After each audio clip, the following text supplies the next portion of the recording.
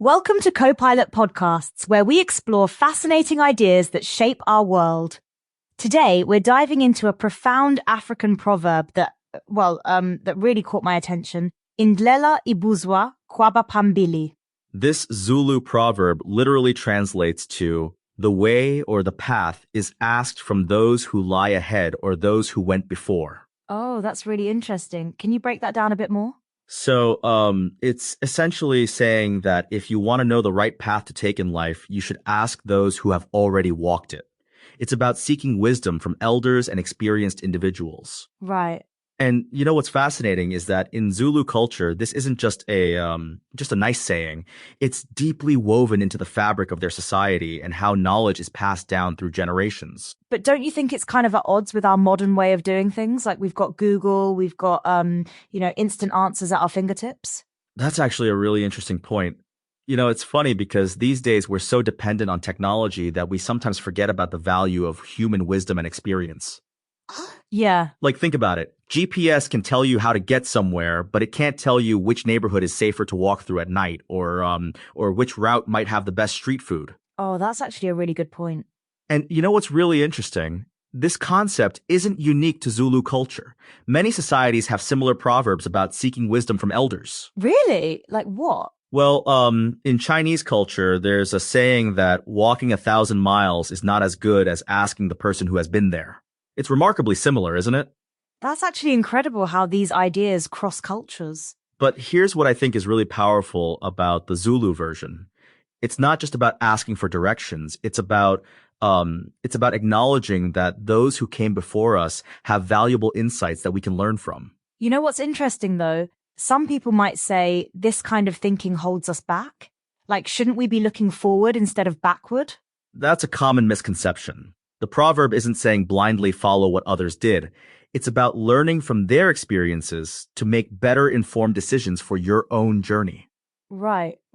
And actually, some major corporations are starting to embrace this concept in their mentorship programs. They're realizing that that pairing experienced employees with newer ones creates this valuable knowledge transfer.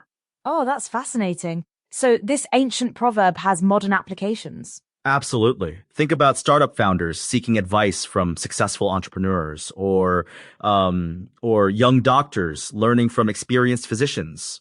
But how do you balance that with innovation and new ideas? Well, that's where the beauty of this proverb lies. It's not about just copying what others did. It's about understanding their experiences and then adapting that knowledge to your own situation. Makes sense. And you know what's really interesting? In our current culture of instant gratification and quick fixes, this proverb actually feels kind of revolutionary. How so? Well, it's telling us to slow down, take time to seek out wisdom and learn from others' experiences instead of just rushing ahead with what we think we know. That's actually pretty profound when you think about it. It really is. And in a world where we're facing increasingly complex challenges, whether it's climate change or social issues, maybe we need this kind of wisdom more than ever. Right, because these are problems that require both traditional wisdom and new solutions. Exactly. And you know what's fascinating? The proverb also implies a certain humility. Oh, how so? Well, it's acknowledging that we don't have all the answers. That sometimes the best thing we can do is ask for guidance. That's not always easy, though, is it? No, it's not. Especially in a culture that often celebrates individual achievement and self-reliance. Right. But think about how much time and effort we could save by learning from others' mistakes and successes instead of having to figure everything out on our own. That's a really good point. It's like standing on the shoulders of giants, right? Exactly. And what's really interesting is how this principle applies in different contexts. Like what? Well, think about fields like medicine or engineering. No one expects doctors or engineers to figure everything out from scratch. They build on centuries of accumulated knowledge. That makes a lot of sense. And yet in our personal lives, we sometimes feel like we need to figure everything out on our own. Yeah, that's actually kind of ironic, isn't it? It really is. And you know what's particularly relevant about this proverb today? What's that? In an era of information overload, having guidance from experienced individuals can help us filter through all the noise and focus on what's really important. Oh, that's actually a really good point. Because, having access to information is one thing, but understanding how to apply it, that's where wisdom comes in. Right, and that's what the elders can provide. Exactly. They've seen patterns, they've made mistakes, they've had successes. That kind of experience is invaluable. So how do you think we can better incorporate this wisdom in our daily lives? Well, I think it starts with being open to guidance, actually seeking out mentors and experienced individuals in whatever field or aspect of life we're trying to navigate. And actually listening to them, right? Yes, listening is crucial. Not just hearing the words, but really trying to understand the wisdom behind them. Makes sense. And you know what's really powerful about this proverb? It's not just about receiving wisdom, it's about the responsibility to pass it on. Oh, interesting. Can you explain that a bit more? Well, the idea is that as we gain experience, we too become the ones who lie ahead for others.